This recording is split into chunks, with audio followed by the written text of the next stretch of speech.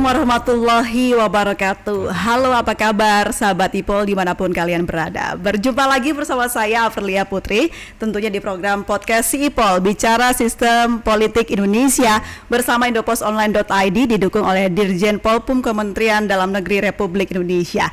Nah sahabat Ipol, saya ingin ingetin lagi kalau nanti di tahun 2024 ada agenda besar, yaitu pemilu akan diselenggarakan secara serentak, baik Pilpres, Pilkada dan juga pemilihan legislatif. Nah, untuk itu sahabat Ipol harus cari tahu nih seperti apa pelaksanaannya nanti.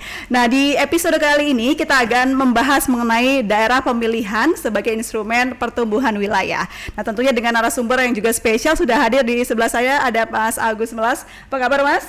Baik, Mbak. Ya, Mas Agus Melas adalah Direktur Sindikasi Pemilu dan Demokrasi. Betul. Masih aktif ya meskipun pandemi? Ya, mau nggak mau. Mau nggak mau. Apa yang sedang dikerjakan sekarang?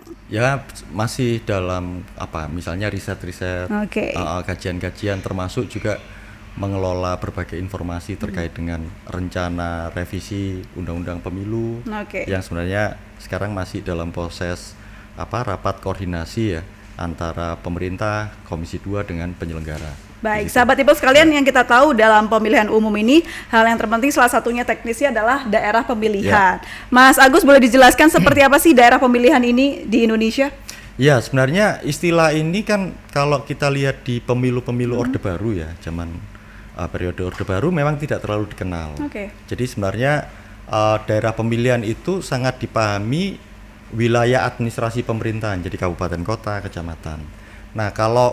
Tetapi pada masa pasca reformasi, terutama tahun 2004, itu ada perkembangan baru di dunia kepemiluan karena kita sudah mulai mengadopsi prinsip-prinsip ataupun terminologi yang biasanya dibawa dari dunia barat. Makanya kalau di dunia barat itu disebutnya distrik magnitude. Nah, di Indonesia lah kita sebut distrik pemilihan atau daerah pemilihan. Di situ sebenarnya. Nah, itu mulai baru dikenal di kita. Nah, daerah pemilihan ini sebenarnya menentukan apa sih, Mas? Iya, jadi gini, ada banyak hal ya bergantung sudut pandang ya, tapi secara prinsip sebenarnya daerah pemilihan itu satu wilayah yang punya batas-batas tertentu untuk dipergunakan oleh misalnya politisi atau kandidat dalam berkampanye dan meraih suara dari pemilih di wilayah tersebut.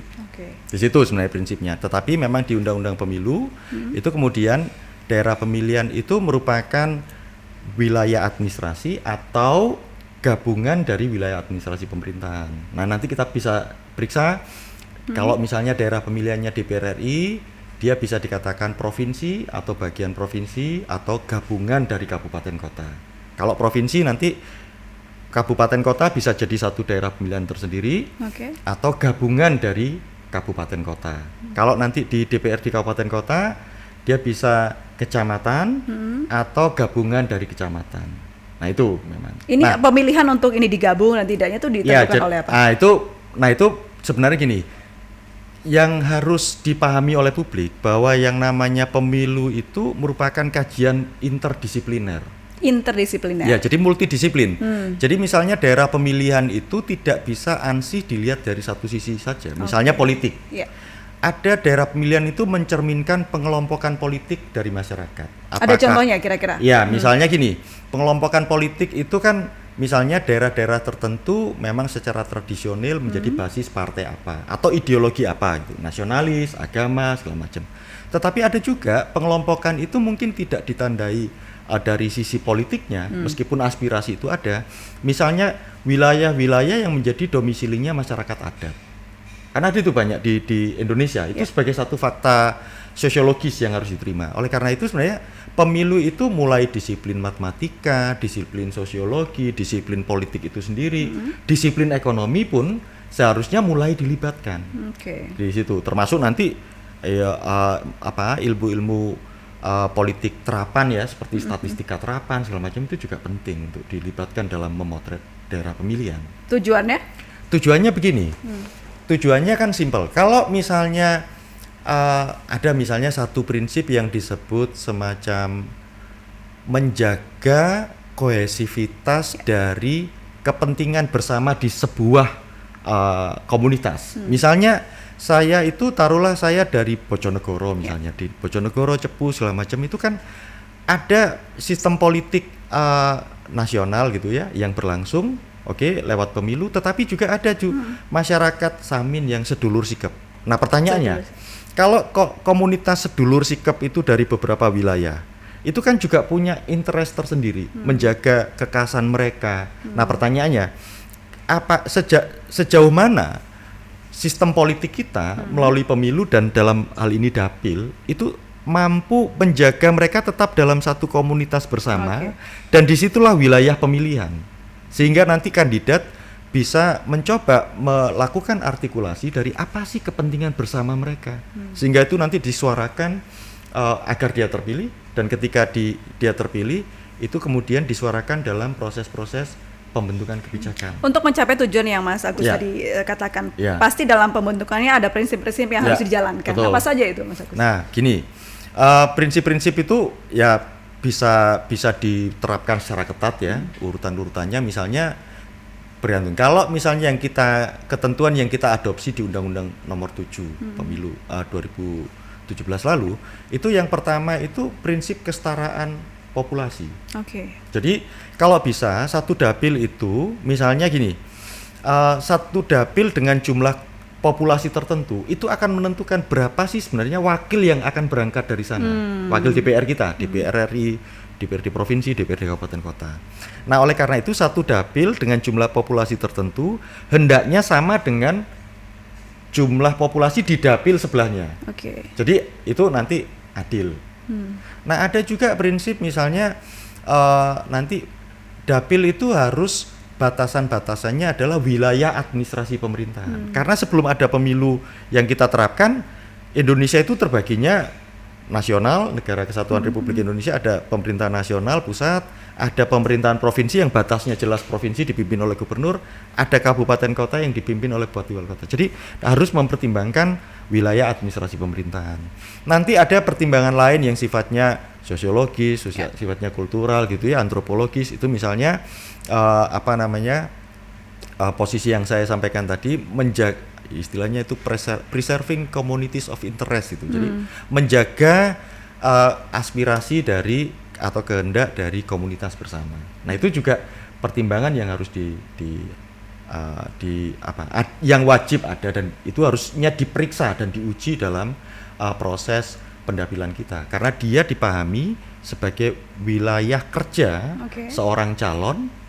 Begitu dia terpilih, dia nanti juga tetap mengelola aspirasi yang seperti dijanjikan untuk diubah jadi kebijakan. Prinsip-prinsip ini yang Mas Agus katakan sudah dilakukan dengan baik di lapangan? Sejauh yang saya tahu ya, memang dimanapun juga yang sempurna kan tidak ada. Tetapi sejauh yang saya tahu ada komitmen yang cukup kuat dari pembentuk undang-undang, termasuk nanti di level penyelenggara ketika melakukan pembentukan daerah pemilihan. Jadi prinsip misalnya kesetaraan populasi, batas wilayah administrasi pemerintahan, prinsip-prinsip itu sementara ini ya kalau kita periksa memang tidak sepenuhnya sempurna, tetapi setidaknya dari beberapa kriteria, proporsionalitas misalnya, kalau satu dapil kursinya 2 atau 3, atau kita sebut proporsional itu kalau misalnya idealnya 6, maka sebaiknya dapil sebelahnya juga kursinya nggak jauh. Tapi hitung-hitungan pastinya ada ya? Ada. Nah, itu juga penerapan prinsip kayak matematika pemilu. Jadi matematika itu juga masuk sebagai berkontribusi dalam disiplin kepemiluan. Itu juga menjadi satu fakta. Meskipun saya juga periksa sebenarnya semakin ke daerah-daerah yang makin pelosok atau tidak terjangkau, itu ada juga abnormalitas. Karena kan jumlah penduduknya sangat timpang begitu ya Mas ya? Atau ya itu apa, juga termasuk juga gini, pengetahuan dari misalnya penyelenggara, dari masyarakat sipil di sana, ataupun dari para politisi. Dan itu termasuk juga jangkauan media. Kadang-kadang karena kita tidak bisa menjangkaunya, yang aneh-aneh itu kan kita tidak bisa rekam. Tapi begitu itu sudah diputuskan, baru kita lihat harusnya dapil itu nggak ada masalah, kenapa diubah? Nah misalnya gitu, tidak ada alasan apapun gitu. Jadi harus ada proaktif dari masyarakat juga ya sebenarnya untuk bisa membantu begitu, itu. Betul. Jadi pendidikan politik itu salah satunya ke sana. Mengapa penting? Saya itu misalnya ini belum khas di Indonesia ya, tapi terinspirasi misalnya di Amerika Serikat. Satu saat Amerika Serikat itu ada seorang senator, saya lupa negara bagian mana, dia tiba-tiba ambil podium dan melakukan kritik terhadap satu kebijakan yang dianggap tidak pas. Karena dia seorang senator dari satu wilayah negara bagian tertentu atau provinsi gitu, yang ternyata negara bagiannya itu tidak lagi mendapatkan proyek dari pemerintah federal, kalau tidak salah antara Boeing dengan McDonnell Douglas. Dan itu luar biasa, efeknya ke pertumbuhan ekonomi. Dan itu tanggung jawab dia. Nah, itu salah satu contohnya ya. Betul, itu efek dapil itu bisa sampai ke sana. Hanya saja mungkin kita belum sampai ke sana sekarang ini. Nah, ini juga sahabat Ipol mungkin masih banyak yang nggak tahu nih, Mas Agus, pentingnya kita tahu dapil itu manfaatnya apa. Yang kita tahu kan kandidatnya siapa kita pilih kayak gitu. Betul. Jadi dapil itu kan gini. Di satu dapil itu misalnya ada karakteristik yang khas dari wilayah yang ada di dapil tersebut dibanding wilayah yang lain. Nah, kemudian potensi-potensi ekonomi, potensi politik dan sosial itu juga jadi variabel yang harusnya mampu dipetakan oleh para calon. Termasuk juga orang-orang yang tinggal di dapil itu harus tahu siapa sih calon yang akan mewakili saya dari sini. Siapa-siapa orangnya. Partai mana saja dia, apa dari asal partainya, atau kemudian program apa saja yang mau ditawarkan ke kami, dan apakah itu sudah menjawab kebutuhan kami.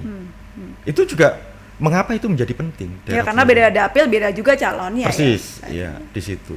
Ya, Mas Agus, kalau kita melihat masyarakat Indonesia sifatnya untuk mengetahui dapilnya di mana dan seperti apa seharusnya mempelajari itu, apakah berpengaruh terhadap hasil yang nanti dikeluarkan di pemilu? Ya, jadi gini, dapil itu memang prinsipnya kan wakil yang dari dapil itulah yang punya hak untuk dia mewakili kalau dia terpilih. Nah, oleh karena itu kepentingannya baik partai politik, calon ataupun penduduk di wilayah dapil tersebut itu harusnya dibangun satu proses relasi komunikasi yang intensif. Karena itu dampaknya bisa harusnya kemana-mana itu nanti. Tidak hanya ekonomi saja tadi disebut. Ya, sosial politik, ekonomi, terutama ekonomi. Karena sampai sekarang sebenarnya menurut saya partai politik ataupun misalnya populasi di suatu daerah pemilihan hanya melihat dapil dalam konteks ansih politik dan politik itu dibatasi pemilu. Padahal yang paling penting setelah pemilu seorang calon terpilih dan mewakili daerah pemilihan itu sebagai anggota legislatif. Kan pertanyaannya bagaimana kontribusi dia terhadap suara-suara daerah pemilihan, terhadap pembentukan kebijakan, apakah misalnya daerah kan berarti rancangan peraturan daerah segala macam itu mencerminkan aspirasi dari daerah pemilihan. Dan sejauh mana kemudian aspirasi dari daerah pemilihan yang diperjuangkan oleh seorang legislator itu kemudian berdampak terhadap kehidupan kesejahteraan masyarakat. Nah, jadi ekonominya sampai arti kata luas pertumbuhan dari wilayah tersebut. Persis, pertumbuhan itu. Jadi pertumbuhannya bisa ekonomi, misalnya ternyata sektor-sektor produktif atau sektor informal tergaransi, atau misalnya pendidikan, kemudian kesehatan, kemudian pembukaan lapangan pekerjaan, kemudian manfaat optimalisasi dari kekayaan daerah. Itu kan, dan itu harus dinikmati di daerah. Karena memang selama ini mungkin sahabat Ipol juga secara tidak langsung tidak menyadari ya kalau euforianya hanya di pemilu saja. Setelah pemilu sudah gitu. Seharusnya tetap bisa terus dikontrol ya. Persis di situ. Aksesnya apa saja sih sebagai penduduk di wilayah tersebut bisa ikut mengawasi ya bagaimana kinerja dari keterwakilan. Ya, sebenarnya kan saluran-saluran itu juga terbuka. Tetapi memang memang kelihatannya memang butuh semacam instrumen pendidikan kewarganegaraan. Kan warga negara ketika dia sadar misalnya saya itu punya peran dan peran saya bisa saya tuntutkan ke wakil saya. Simpel saja. Karena hampir di semua kehidupan kita itu kan politik. Apakah saya berhak mengurus KTP? Apakah saya berhak mengurus BPJS, apakah saya berhak mendapatkan asuransi sosial? Itu kan semua produk-produk dari kebijakan politik. Termasuk ketika saya berpenghasilan, saya beli apapun, apakah konsumsi barang tertentu, beli transportasi, makanan, segala macam, itu kan ada pajak. Saya punya kontribusi. Oleh karena itu, ya saya merasa layak dong untuk kemudian wakil saya berjuang untuk daerah saya. Dan kita bisa mendiskusikan secara bersama-sama antara penduduk di satu daerah pemilihan dengan wakilnya terkait dengan potensi apa saja yang bisa masih dikembangkan, potensi apa saja yang harusnya diselesaikan. Itulah sebenarnya relevansinya mengapa dapil itu sebenarnya punya substansi penting yang tidak hanya ada di pemilu saja. Selama ini dipahami demikian. Jadi masyarakat berperan penting juga ya untuk bisa mengawasi itu. Betul. Kalau dari sudut pandang Mas Agus sendiri, apa yang menyebabkan masyarakat ini seakan-akan kurang perhatian begitu kepada dapilnya masing-masing? Ya, sebenarnya gini, bukan tidak perhatian ya, karena mungkin masyarakat juga punya prioritas-prioritas yang berbeda. Mungkin tidak harus dikenalkan apa itu daerah pemilihan, tetapi proses kemudian masyarakat bersama-sama mengidentifikasi apa sih sebenarnya masalah-masalah yang ada di daerah dia tempat tinggal. Simpel saja. Kalau misalnya saya keluar dari rumah, kemudian saya biasanya menggunakan alat transportasi tertentu dan jalannya tidak bagus. Itu kan harusnya problem wilayah, dan percayalah, problem wilayah itu pada saat proses politik itu ada pengelompokan batas-batas wilayah administrasi yang disebutnya dapil. Dan di situ pasti ada wakil. Nah, atau misalnya malam-malam dan itu kemudian situasi di satu wilayah tertentu kriminalitasnya tinggi. Tapi ternyata penerangan lampu jalanan tidak memadai. Nah, itu kan itu problem politik juga itu. Bukan sekedar ya problem pembangunan, problem ekonomi tetapi tidak akan pernah ada pembangunan itu terjadi dan misalnya wilayah itu yang diintervensi, jalan dibagusin, kemudian lampu jalanan diperbaiki kalau tidak ada keputusan politik antara pemerintah daerah dengan legislatif di daerah, DPRD. Meskipun itu hal sepele, cuma penerangan jalan ya. Simple itu. Atau misalnya gini, saya sama-sama punya KTP, tapi ternyata saya tidak dinilai tidak layak mendapatkan jaminan asuransi sosial atau tidak mendapatkan bansos, tapi Anda dapat. Mengapa itu? Itu persoalan politik. Karena selamanya sumber daya terbatas, ada orang banyak yang butuh, maka dia harus dialokasikan ke orang yang butuh. Atau misalnya kita ya, anak saya keluarga petani, Anda keluarga dosen atau pengajar atau profesor. Kita punya anak sama-sama pintar, ada satu beasiswa yang disediakan. Pertanyaannya, jatuhnya ke siapa? Itu persoalan politik. Anak kita sama-sama pintar. Nah, itu persoalan politik. Nah, di situ politik ya kehidupan sehari-hari kita itu. Nah, itu dapil menjadi sangat relevan dalam konteks pemilu. Jadi ternyata politik sudah mengalir ya di kehidupan kita. Ya, itu keseharian kita sebenarnya politik itu. Oke. Lalu sebenarnya seperti apa cara yang benar untuk bisa kita seperti tadi ya, contoh simpel lampu mati. Bagaimana caranya kita bersuara atau menegur pihak-pihak terkait? Ya kan setiap daerah punya rancangan pembangunan masing-masing. Nah, itu oleh karena itu kan sebenarnya sejak awal yang paling ideal itu kan sebenarnya antara calon atau antara anggota legislatif terpilih di daerah dengan masyarakat di daerah yang tempat dia dipilih ya, dapilnya itu sama-sama menyusun daftar inventarisasi masalah agar dan itu kemudian dikawal. Bagaimana sih wakil saya menyuarakan aspirasi kami dalam proses misalnya nanti perencanaan pembangunan dan itu nanti sampai ke APBD dan kapan akan direalisasikan dan benar tidak. Nah, itu sesuatu yang memang proses politik tidak bisa satu sisi saja. Misalnya kita anggap problem politik itu hanya politisi, ya tidak bisa. Itu butuh masyarakat untuk karena kalau tadi mungkin sahabat Ipol juga mendengar penjelasan dari Mas Agus tuh hal-hal yang mungkin membutuhkan ahli khusus untuk bisa mengerti hal itu. Betul, begitu. Nanti akan ada misalnya gini, ada elemen-elemen tertentu kan sebenarnya kan ada pemerintah, ada legislatif, ada masyarakat. Nah, antara aspirasi di antara tiga pihak itu mungkin juga itu diniscayakan ada kebutuhan-kebutuhan teknokratis. Nah, teknokratis nanti bisa para insinyur, para ahli saintis itu masuk di sana. Kan maksudnya gini, gunanya ilmu pengetahuan atau para ahli itu dia bisa membantu menyerap aspirasi dari masyarakat, apapun bahasa masyarakat itu dalam konteks istilah-istilah kebijakan. Nah, itu saling tukar dan itu misalnya nanti di formula perhitungan. Misalnya gini, taruhlah gini, satu daerah ternyata untuk pembangunan uangnya cuma sekian M. Tapi yang mau dibangun banyak. maka kan harus dihitung tuh skala prioritas kapan. Nah itu juga menjadi hal yang penting dan tidak bisa diabaikan, dan di sana sisi teknokratisnya muncul. Tolak ukur keberhasilan suatu dapil itu apa sih, Mas? Nah sekarang misalnya memang masih belum terlalu mengemuka. Kan sebenarnya ada misalnya DPR itu atau DPRD kan punya dana-dana reses. Nah, itu dana interaksi berkegiatan di daerah pemilihan. Mungkin masih dilihat dari sisi itu. Nah saya punya harapan ke depan.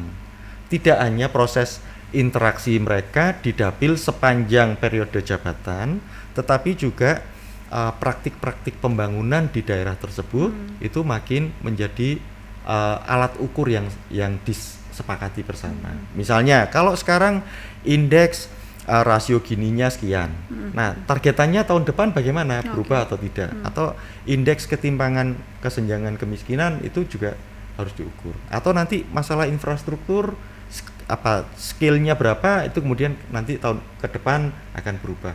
Nah itu harusnya dapil punya peran ke sana, di sana. Kalau kita lihat seperti sekolah kan jelas ya nilainya berapa begitu. Nah mungkin masyarakat atau mungkin sahabat IPOL sendiri masih meraba-raba nih ya. Kira-kira di dapil saya keterwakilannya bagus tidak atau bagaimana cara melihatnya, itu bisa dicek nggak sih, Mas? Ya bisa saja. Misalnya apakah itu melibatkan sesuatu yang sifatnya akademik, teknokratis, itu bisa. Tetapi juga masyarakat kan tidak juga harus dipaksa untuk mengetahui formula-formula yang teknokratis. Tapi masyarakat kan butuh aja simple. Kalau misalnya sekarang balai desa untuk pertemuan warga itu ambruk. Nah pertanyaannya, kapan itu akan dibangun? Dan benar tidak pada periode, kan keuangan daerah kan ada sirkulasinya. Termin-termin tertentu, dan benar nggak itu dipenuhi? Sebenarnya kan di situ. Itu kayak jalanan bolong gitu, apakah misalnya sudah bisa benar nggak semester lagi? Depan dia akan diatasi. Nah, simple itu. Sesimpel itu saja juga bisa. Seharusnya begitu, dan itulah ya? Politik. Karena itulah kehidupan sehari-hari kita. Iya. Misalnya simple aja. Mengapa nama jalan depan ini Tebet? Kenapa itu, Mas? Itu kalau di Jerman itu pelajaran murid-murid SD. Karena nama jalan itu menjadi Tebet diputuskan oleh kesepakatan bersama secara politik antara pemerintah daerah dengan DPRD. Jadi itu politik, bahkan nama jalan. Mengapa nggak nama jalannya bapak saya? Kan di situ. Ada alasan. Iya. Di situ nanti sampai efek yang lain-lain. Ya, Mas Agus, dalam perjalanan pemilunya soal dapil ini ya, ada yang disebut dapil loncat-loncat. Ini tuh maksudnya apa? Ya, sebenarnya memang ini kan mungkin ya belum sampai menjadi konsumsi publik secara luas. Itu mungkin baru jadi perhatian di beberapa kalangan tertentu saja, seperti kayak kami gitu ya. Jadi dapil lompat-lompat itu misalnya gini, dapil itu kan prinsipnya, salah satu prinsipnya itu menjaga satu keutuhan wilayah. Jadi misalnya kalau ada beberapa wilayah administrasi pemerintahan yang digabungkan, idealnya dia langsung berbatasan secara langsung, jadi nempel, jadi apa ya namanya, solid gitu, kokoh. Tapi ada juga memang di beberapa daerah itu, terutama yang di Indonesia Timur ya, Papua, macam. Nah ini yang harus nanti kita periksa lagi, apakah memang karena posisi kepulauannya sehingga dia lompat, gitu kan? Atau ada variabel lain yang menyebabkan dia lompat, dan itu kan sebenarnya tidak boleh terjadi di satu di prinsip pemilu terkait dengan bekerjanya caleg untuk berkampanye. Karena konsistennya dilihat ya. Harusnya kan kalau misalnya gini, taruhlah dia gabungan wilayah dapilnya itu gabungan dari 3 wilayah administrasi pemerintahan. Misalnya daerah administrasi pemerintahan A, B, dan C itu gabung. Ternyata ada perubahan tertentu yang digabungkan adalah A, B, dan D. Nah ternyata ada C, jadi dia lompat tuh. Gitu. Nah itu harusnya tidak boleh, karena diasumsikan begini, kultur masyarakat di wilayah A dan B karena berdekatan itu biasanya meskipun berbeda mereka punya interaksi, persinggungan, jadi agak dekat. Nah dengan C juga demikian, tapi dengan D bisa berubah. Misalnya di situ. Nah itu problem di situ juga kadang muncul, atau wilayah daerah pemilihan itu sedapat mungkin satu wilayah tidak bisa dipisah, misalnya ketika dia dipisah sama gunung. Jadi penduduk di dapil di sini kemudian dipilah sama gunung, ternyata penduduk di sini digabungkan. Oke. Nah itu kan dipisah gunung itu pasti kulturnya sudah beda. Berbeda. Nah di situ itu faktor-faktor itu yang harus dipertimbangkan. Tapi memang kalau kita periksa ya makin ke Indonesia Timur itu ya. Atau mungkin karena itu permasalahan jumlah penduduk tadi ya, yang akhirnya digabung. Betul, makanya itu yang harus kita periksa. Kalau kita lihat kasat mata memang lompat wilayah administrasinya kan itu visual kelihatan. Iya. Tapi bisa jadi mungkin kalau kita dalami lebih lanjut, oh ya ternyata secara kesejarahan mereka dekat meskipun ada pemisahan batas-batas tertentu. Atau misalnya memang penduduknya nggak cukup, dia nggak akan terwakili, makanya digabungkan. Nah, tapi itu pun harus punya judgement yang kuat. Mengapa harus demikian? Karena kalau tidak diasumsikan, jangan-jangan aspirasi di wilayah tertentu yang digabungkan dalam satu dapil itu justru tidak terwakili karena dia sangat minoritas. Gitu. Meskipun wilayahnya berjauhan. Persis, karena wilayahnya berjauhan. Kan itu begitu. Nah pertanyaannya kalau dalam konteks politik sejauh mana program politik itu bisa mengabaikan orang dengan alasan jumlahnya kecil, minoritas gitu. Nah itu kan prinsip non diskriminatif harus berlangsung. Tapi kalau keterwakilannya bisa mencakup ya tidak ada masalah ya. Ya, makanya kan prinsip itu yang secara ketat pertama kesetaraan penduduk. Kemudian batas wilayah administrasi pemerintahan dan dia harus berada dalam satu wilayah yang utuh, dia tidak bisa dibelah-belah.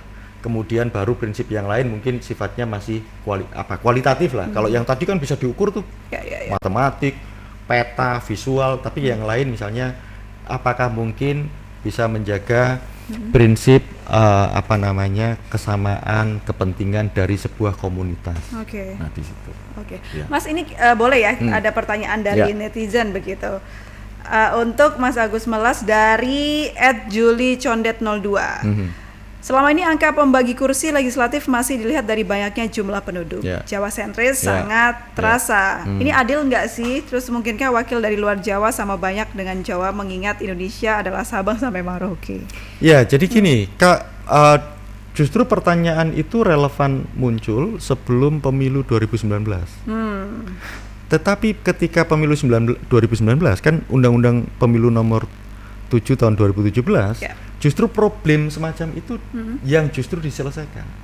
Makanya di pemilu 2019 ini justru bisa di dalam hitungan penduduk berdasarkan data yang tersedia hampir setiap provinsi antara yang ujung barat Indonesia sampai ujung timur Indonesia jumlah populasinya setara sesuai dengan keterwakilannya, mendekati ideal. Ketika 2019 ini ya. Persis, justru itu sudah dijawab. Nah, bahwa kemudian penduduk Jawa yang memang karena populasinya berkelompok di Jawa, ketika tahun 2017 lalu ada penambahan sekian kursi DPR RI kan dari 560 menjadi 570 atau 75 ya, 575. Nah, penambahan 15 kursi itu justru Jawa secara politik, keputusan politik ya, Jawa tidak ditambah. Kursi itu 15-nya didistribusikan justru di luar Jawa. Tujuannya dalam rangka pemerataan itu menjaga atau menjamin keterwakilan lebih baik dari wilayah-wilayah di luar Jawa. Jadi ada keputusan politik yang bisa dipertanggungjawabkan. Ada datanya bahwa kemudian ada keputusan politik itu menjadi fakta. Di situ sebenarnya. Dalam berjalannya ada perubahan tidak? Sampai sekarang tidak. Sampai sekarang, maksudnya sampai sekarang. Belum mungkin. Ya kan baru untuk 2019. Ya idealnya kan gini. Itu tetap tidak berubah. Kecuali memang nanti ada kaidah-kaidah tertentu dalam pendapilan istilahnya. Kalau penduduknya satu wilayah tertentu bertambah semakin banyak dan ternyata dibandingkan penduduk nasional, misalnya provinsi A dibanding total penduduk nasional dikali jumlah kursi yang disediakan, dia dulunya dia dapat 10, sekarang karena penambahan penduduknya dapat 15.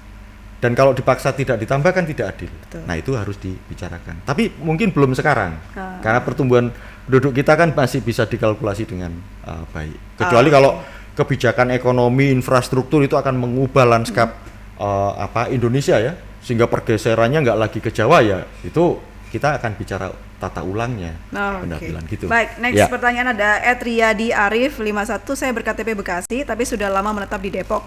Ada solusikah supaya saya bisa nyoblos nggak ribet tapi tetap tidak membuka peluang kecurangan? Ya, nah itu nanti akan dibicarakan saya kira di hak pemilih kan pada dasarnya dia punya hak untuk menggunakan hak pilihnya.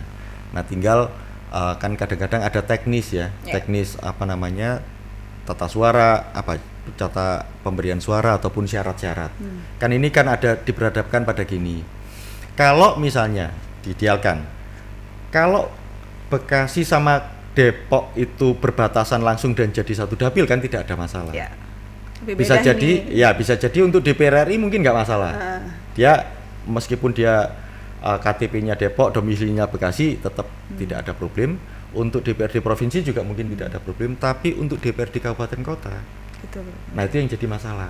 Nah pertanyaannya, bisa saja kan skenario-nya dia dapat dari 3 surat suara, anggaplah gitu untuk DPR ya. Kalau DPD kan anggaplah 4 gitu, nanti presiden. Nah bisa jadi gini, presiden dapat, DPD dapat, DPR RI dapat, DPRD provinsi dapat. Mungkin DPRD kabupaten kota tidak, karena beda domisili. Kan beda siapa yang diwakilinya di situ. Itu kalau baik. Selanjutnya ada @soloyesau Depok. Di masa pandemi apakah Indonesia memungkinkan pemilu dilakukan online seperti beberapa negara luar negeri? Ya, saya kira itu tantangan kita sekarang ini. Bahwa gini, awalnya mungkin kita masih agak denial gitu. Pandemi ini pasti berakhir. Ternyata kita mulai nyadari kita hidup di tengah pandemi itu sebagai satu fakta. Oleh karena itu, agar tidak mengganggu proses berkehidupan berbangsa bernegara, pemilu juga salah satu bagian dari itu. Maka bisa saja nanti opsinya apakah online, apakah penerapan teknologi informasi yang makin menonjol, itu opsi-opsi yang sangat terbuka. Tapi harus dipahami, opsi-opsi itu juga tidak bisa ekstrim, karena bagaimanapun juga politik. Politik itu problemnya yang diharapkan munculnya trust. Trust itu biasanya muncul personal, dan trust personal itu biasanya ditandai dengan presensi, kehadiran.